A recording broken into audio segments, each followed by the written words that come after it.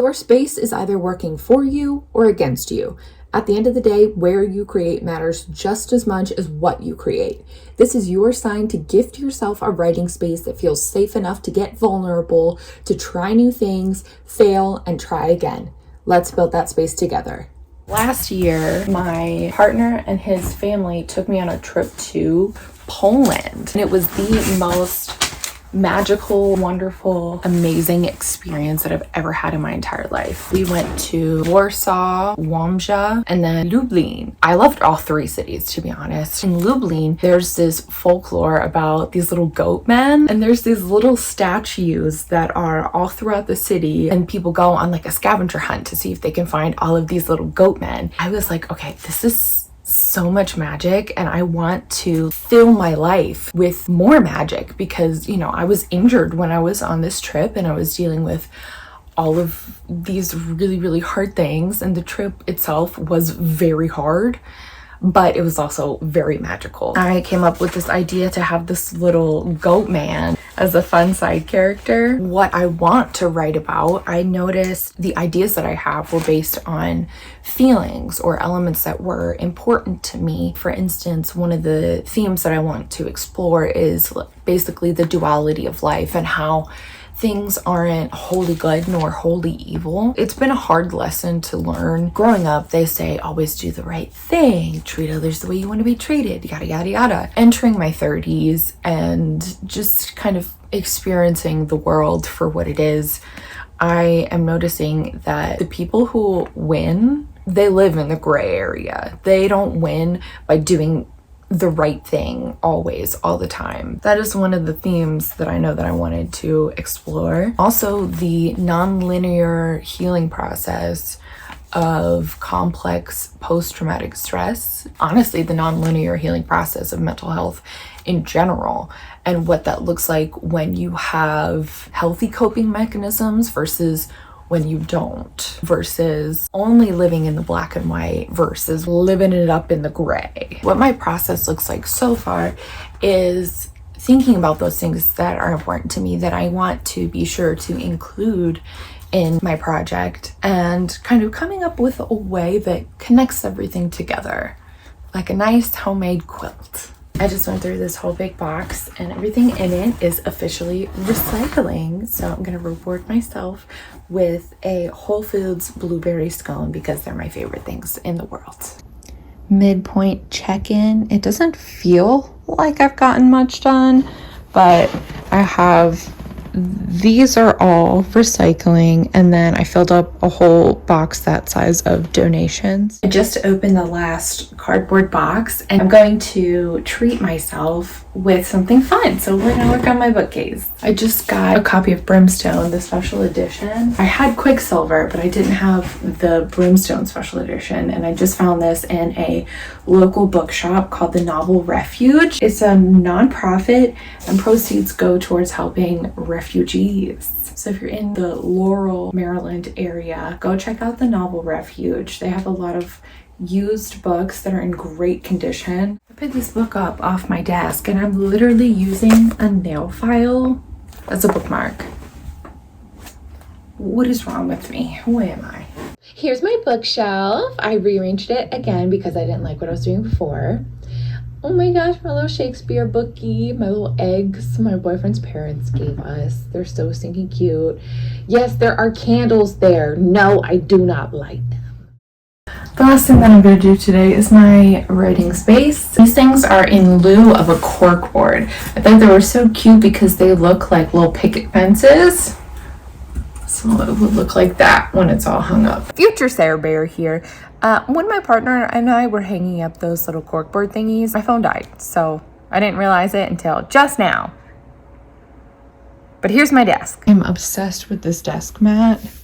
It looks like a cutie little vintage rug. I got the softbox light set up. If you're asking if I bought a softbox light just to start a YouTube channel, the answer is no, absolutely not. I started out posting on TikTok and Instagram with just me and this warm light here, and I thought it provided a nice cozy little atmosphere. The reason that I have all of this fancy equipment like my microphone. It's because I was a public affairs specialist in the Army. I was active duty, and my primary role was doing photography and videography and making content for the Army's social media pages. After I got out, I invested in my own kit and I did some volunteer work for nonprofits, for some local theaters in the community, things of that nature. So I've just kind of held on to it. But it's helpful to know because now starting a YouTube channel, I get to bring out all of my favorite equipment again and do some like editing and explore that part of my creativity that I haven't got to explore in a while. So I'm looking forward to that. Mayday, it's been 2 weeks since I did step 1 of my cleaning and now I'm squaring the looties. But I did get the cutest little wallpaper to put on the back of my little bookshelf. So now I have to take everything off and do this. Everybody stop what you're doing because this is really important. Look how teeny. My little scraper to make it be flat. I'm so excited. My prized possession. We love her. My boyfriend's parents gave us these cute little Polish Easter eggy things. They're very cute. Eggies. This bottle of wine is so sweet. My boyfriend got it for me when I moved into my apartment. I moved out of my parents' house and into an apartment, and he got this. Gold, it has my colors. I found this book at an antique shop. It's all about fairies. Oh, look at this guy. He's spooky. Like, look, it looks like it was written in pencil. It's so cool. I'm planning on doing the whole back thing and the whole top thing because the way that my camera is angled when I film, you can see the top a little bit. So I think this will be really nice. I'll link this below. It's really cute. If you like it, maybe get yourself some too. But while we're doing this, I thought we could talk about some awesome, amazing, wonderful milestones. This is video number 2. When I started this process and filming it, I hadn't published video 1 yet. I'm less than 4 days out from my very first YouTube video on my brand spanking new YouTube channel. I did not do any marketing prior. I didn't have any early subscribers, so everything that's on my channel is just genuinely from scratch. I do admit I have a little bit of a leg up when it comes to like social media things because that was my job in the military, and I have done it for some businesses, nonprofits, some local theaters throughout the past 10 years as well. However, I haven't personally been on social media for the past like 4-5 years. There was this huge learning curve. When I tell you I spent hours and hours and hours researching, there were days that I barely saw my boyfriend. Bless him for providing me sustenance because I was like locked in. This is the wallpaper. She's so pretty. She's black and gold. I'm gonna be so for real with you right now. I did not measure anything before I ordered this. Hopefully there'll be enough. That's why I only cleared off 1 shelf. Pro tip for at home, if you're having a hard time sitting up straight, sit on a yoga block. It helps like really get you lined up. Oh, whew, wow. Like 4 or so years ago when TikTok first started doing TikTok shop, I got the crisscross chair. Like, you know, the one that everybody wanted, and it was always sold out. I got one and I'm so obsessed with it. We're just gonna free ball.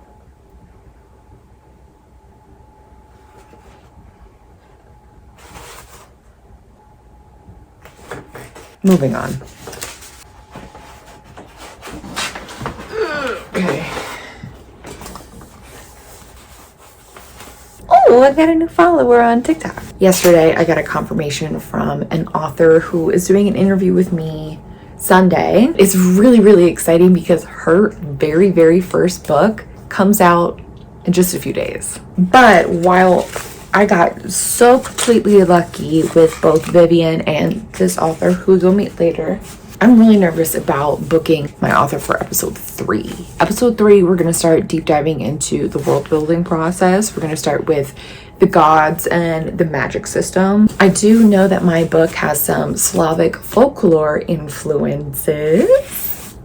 I mean, who'd have thunk it, right? I went on this whole story about how much I love Poland and how I was so inspired by it, you know.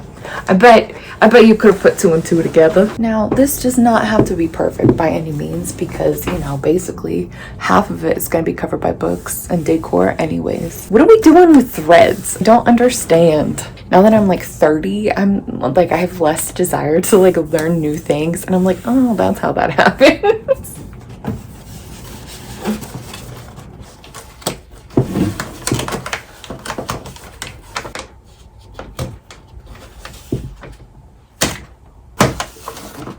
I messed it up.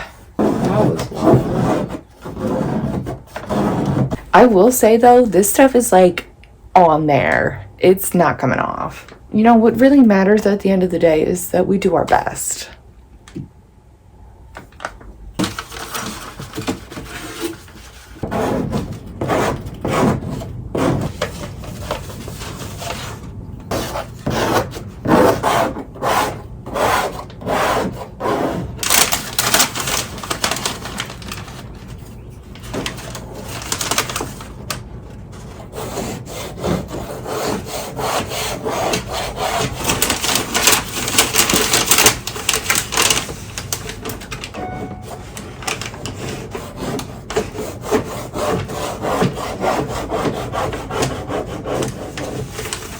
Some other exciting things.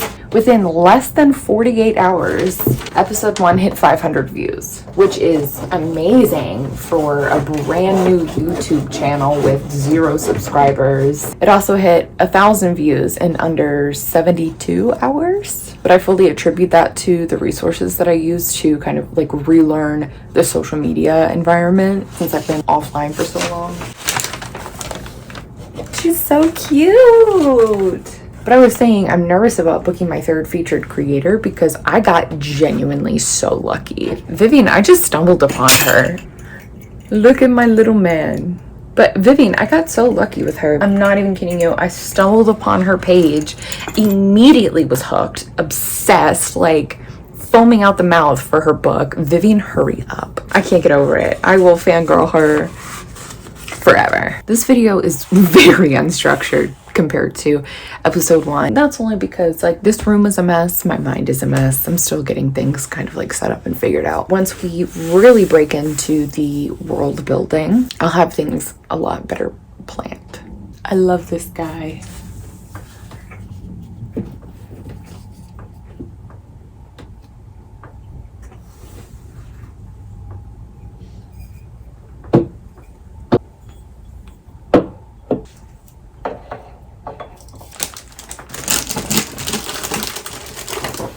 I'm really excited about this book because it's one of the books I'm using to research Slavic folklore and creatures and beings.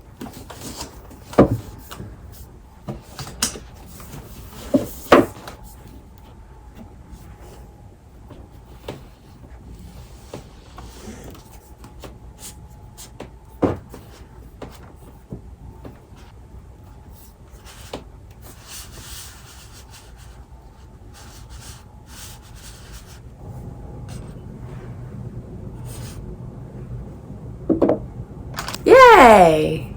Cute. And I forgot to do the top. Oh my gosh, I'm struggling so much. That's so sad. Let me turn my...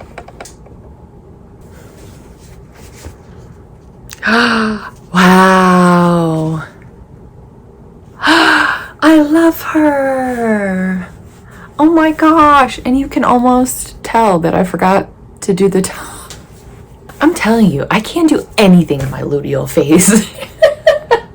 But she's so pretty. Oh my gosh. And when I do the second one, you know what they say, hindsight is 20/20. I could have just, before I put that up, I could have just cut out another piece for down there.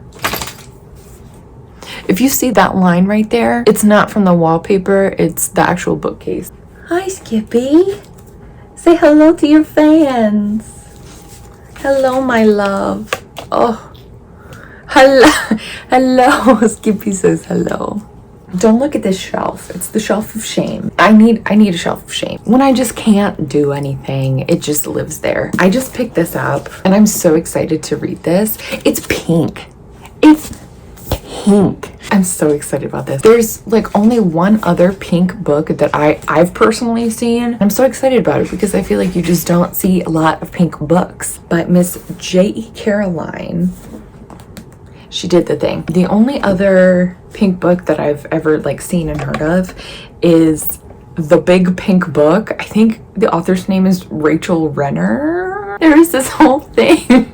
Her book is like hot pink. It is pink, like astoundingly pink, bright pink.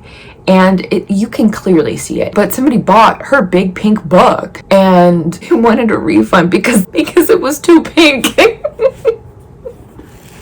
Unfortunately, I am in a lot of pain right now. So we'll pick up with that again tomorrow. Okay, the last piece of decoration, other than finishing the wallpaper that I forgot to do, is this tree that I got on Amazon, because nothing says whimsy like microplastics. When I saw this, I thought it was the cutest thing in the world, and I was looking at the images, the marketing images, and it's all in like kids' classrooms and stuff, but I was like, this is whimsical as heck. I'm getting one. I have a tube of this like cardboardy kind of paper. What do you call that? I have so many leaves. The world's wonkiest roll of tape. Another roll of tape. These you either clip onto the wall or the ceiling and then they attach. Fairy lights. And another roll of the paper. And no instructions, so that's cool. I got my 3 braid pieces now. Puppy.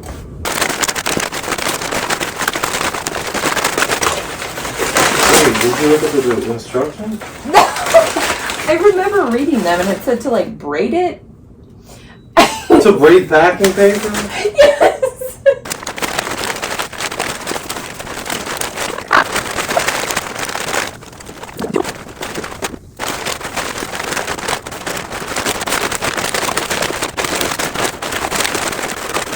Does this look like a tree?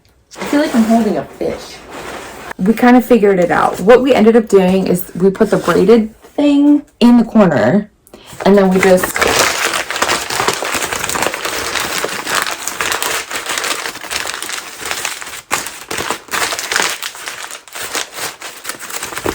did a little bit of this action so it looks more like tree bark. So we're gonna make some branches. We're just gonna same dealio, and what they did after they had it smushed, they twisted it also. So we're gonna make some branches and report back.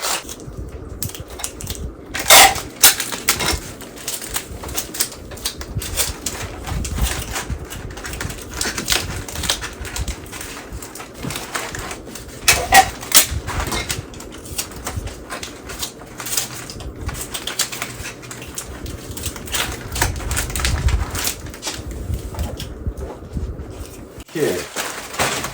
Just return the whole kit. Okay, I have one little bushel done. I am just taking the stems and tucking it behind my bookcase.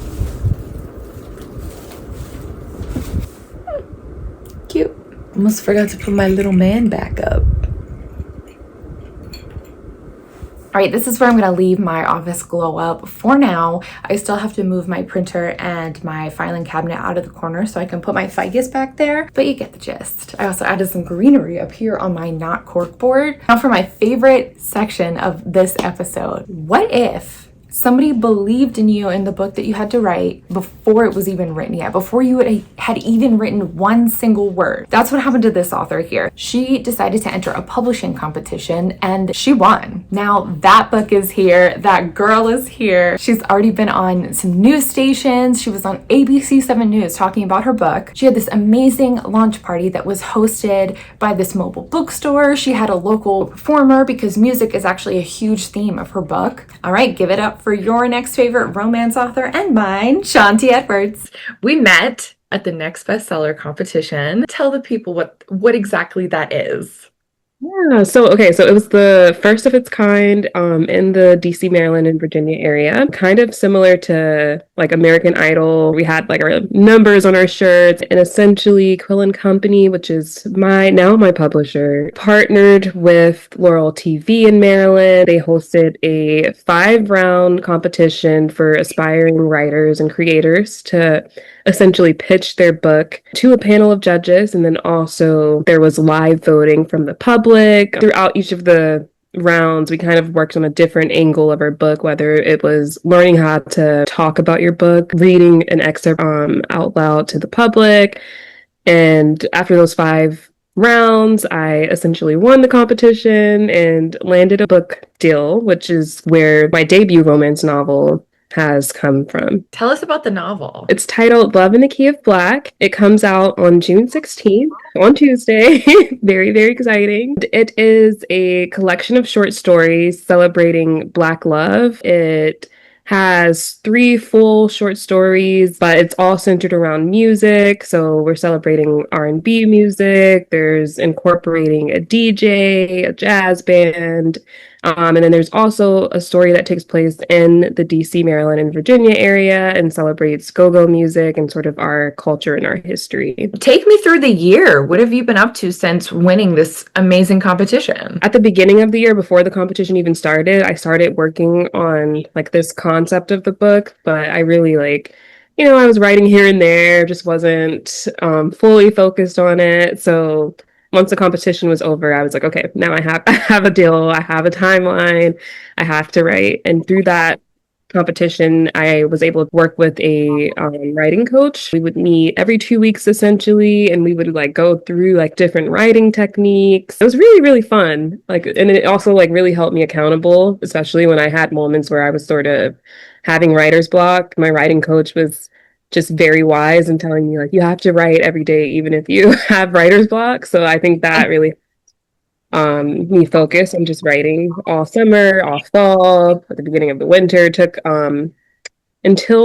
probably until like March for me to have a solid like final draft. Did they help you with the editing process at all, or is that something that you took on your own? They did actually help me with the editing the initial draft. I got like developmental and line edits, which was super, super helpful. More recently, I've been working with sort of like a personal assistant in like the book world, and she was able to help me build an amazing ARC team and a street team. And so I have about like 30 or 40 people on that team. And, I've gotten feedback from them. I got feedback from an author who is also a good friend of mine. And so then I was like, okay, I have to make some more edits. And then I hired an additional like developmental and line editor. Did you do a beta readers at all? I had a few people read it, especially for sort of like sensitivity. And then my novel takes place in different locations. So there's a story in Philadelphia, there's a story in New Orleans, and then in DC and Maryland. I wanted to make sure that I also was portraying like these different cities accurately. So I had folks from those cities read. But all of it has been sort of like learning as I'm going and like rushing through the process because I'm realizing, probably should have done this a little bit earlier. I probably should have thought about this, but it's definitely been a really good learning experience. That's good thinking. If you're unfamiliar with the areas that you're writing about, making sure that you have somebody who is intimately familiar. Your ARC process, what did that look like? How did that come together? How did you find readers?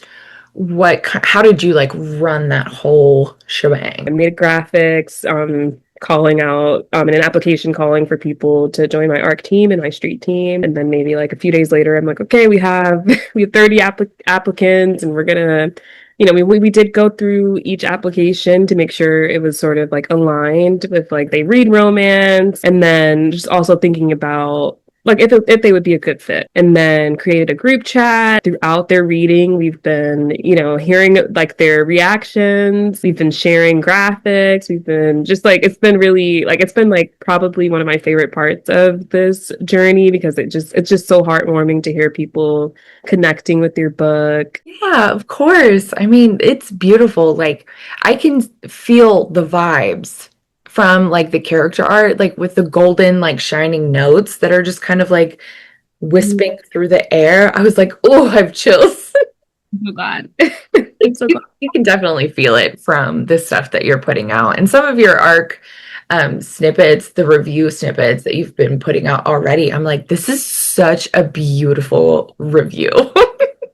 And so, like, every time someone tags me in a post or sends me a message, I'm like, oh my gosh, this means so much. So yeah, it's been really cool. My amazing personal assistant has been like helping me because she has been on ARC teams and she has like really led them. So I was like, thank goodness for her because I like, she's like, oh, maybe we should like, set some guidelines and make sure that people submit reviews by a certain date on Goodreads and Storygraph. And I'm like, oh yeah, that's a great idea. And I worked with an artist to have like an exclusive art print related to my book. And so we've been doing giveaways for like our ARC team members to kind of incentivize them even more. Of course, like all of their reviews are short, like truly 100% like their personal opinions. It's just a matter of like keeping them engaged. It's been over a month and a half of them just being in the art group. So you just kind of want to make sure that they're like still feeling excited about the book. And leading up until to launch week, we had certain deadlines of like, okay, make sure you have your reviews submitted. If not, like you are more than welcome to join another ARC team that I have in the future. And just like making sure we keep that kind of line of communication open about those expectations. I have also really loved kind of seeing them create graphics, like their own graphics and their own creativity about like what the story feels like to them. They've been sharing on social media. I even had one, which is like so amazing. I had one ARC member create a YouTube video because she has like a YouTube podcast and she just like did a 15-minute video talking about my book, which was like the sweetest thing ever. Like I was not expecting that. How did you find your PA? Honestly, Threads. Threads is like has been amazing. Are you on Threads? I just created an account and I'm like, what are we doing here? You have to be on Threads if you're an author, writer, creator, if you're in the book world, because it's been so helpful. Once you get your timeline, like the algorithm right, like I feel like there's always people posting about different opportunities. So I found her on Threads. Miss Ma'am, you were on the news. It was. Yes, ABC 7, right? Yes. What was that like? How did you land that? A big part of it has been me sort of just like cold emailing or sliding into DMs, really organized with like a spreadsheet of like, okay, these are the media outlets that I want to reach out to. This is the date that I reached out to them. A lot of times I don't hear back, but this time for ABC7, Good Morning Washington, they replied pretty quickly with the date. It was such an amazing experience to talk about my book on live TV. I've never had that experience before. I think it's just, yeah, it was cool to just be able to have that platform to share. And that is like so rare and so lucky and so amazing. It gives you like immediate credibility for anybody who just kind of like stumbles upon you. Like you have a whole real life news channel interview to be like, look, I mean business. It also has really helped to have like my stories are, like I mentioned, there's a lot of like DMV connection. So I really pitched it to Good Morning Washington with that focus. This month, you're also the author, one of 4 authors of the month on, is it the Black Shelf? Yeah, and the Black Shelf is like a newer website platform that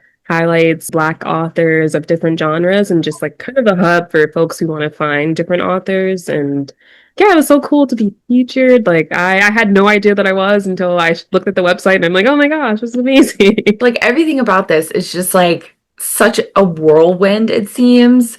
And now you have your launch party with a very, very talented local artist. How did that come together? First, I reached out to a mobile bookstore in the DMV area. It's Apartment 105. It's a Black woman-owned bookstore. I had, been to the bookstore occasionally to kind of their pop-ups, and I was like, oh, this is amazing. I met with her to talk about a potential collaboration for a book launch event, and she was like so down to do it, to moderate.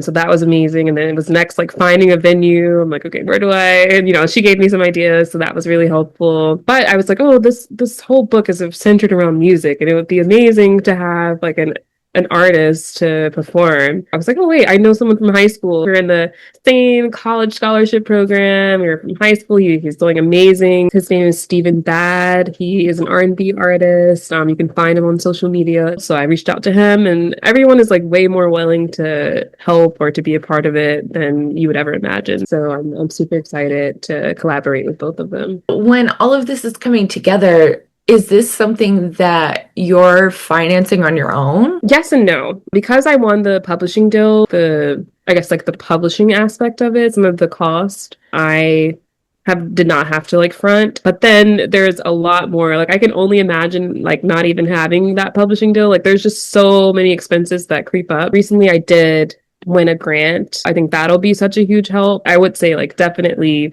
try to budget in advance, save some funds specifically for marketing your book. That's a really great idea too. Like a lot of cities have local arts grants. That is definitely something to look into that I hadn't considered before. So thank you for that nugget of knowledge. When it comes to like some other expenses, what are some things that you didn't expect? I really will say, I think the cover artwork was like it was such a process, and it was like very, very expensive in my mind. I mean, I think it's, of course, you want to pay the artist. But I think I had to work with like multiple artists, and it just became like a higher expense than I had anticipated. I would also just generally say that like that process may take a little bit longer. So you want to kind of do it on the earlier end. I also know that a lot of festivals, like book festivals for authors, if you want to have a table, there's a vending fee. I mean, I think getting author copies of your own book is, there's fees to that. So there's just like all these like small fees that I think add up over time. Getting merch for yourself. I mean, for your, like, when you're at these vending events, or like setting up like a decorative element to your tables to kind of attract readers. There's so many hidden expenses. Like I'm not like that great at social media. Like I definitely am very much on social media all the time, but I never have done like ads or anything like Facebook or Instagram ads. So now I'm like, okay, let me just try this. So I've been playing around with ads. Let's say you could do this whole process over again. What would you do differently? Oh, many things. I mean, I think one, I do want to give myself more credit and more grace of like literally just figuring this out, as I go along. I think I would have given myself even more time.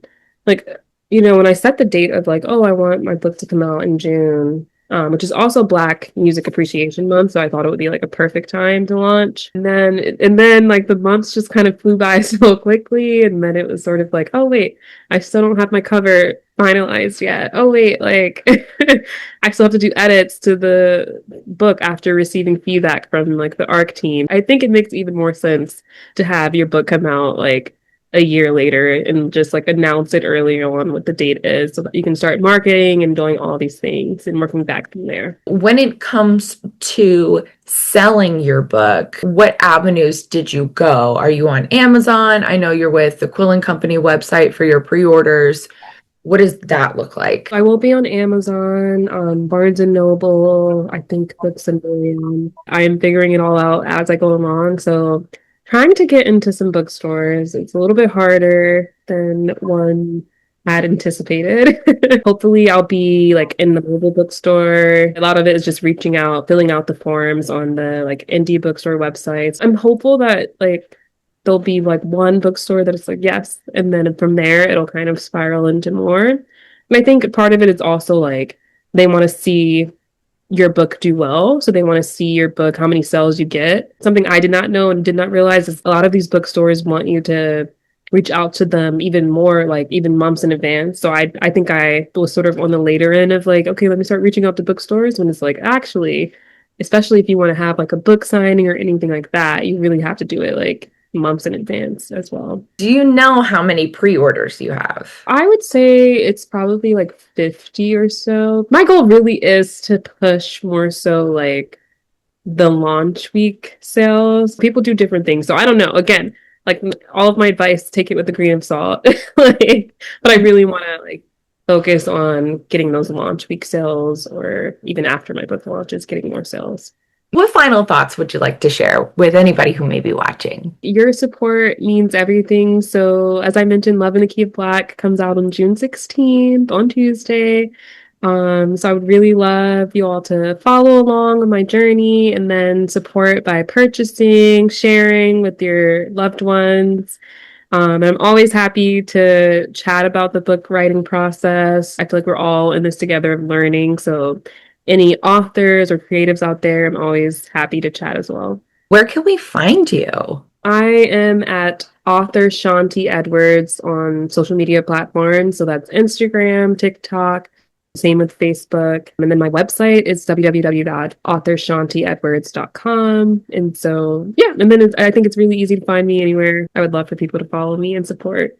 Thank you so much for coming on and doing this with me. And I'm just so excited for you. Thank you so much, Shanti, for coming on and sharing your story. You had a bunch of amazing little nuggets of knowledge for us, and I'm so grateful that you were open to sharing that with other people as well. On the next chapter, I'm calling them chapters now instead of episodes, we're finally going to start world building our novel. In order for us to do this and to do it together, I have homework. You need this book, The Complete Art of World Building. This is the whole omnibus, so it's like 3 books in one. Or you can get just the first book, which is called Creating Life. We're all going to read chapter 2, Creating Gods, because that's what we're starting with. But in the meantime, if you want to stay in touch, make sure to join my email list. As always, thank you so much for letting me be part of your journey as well.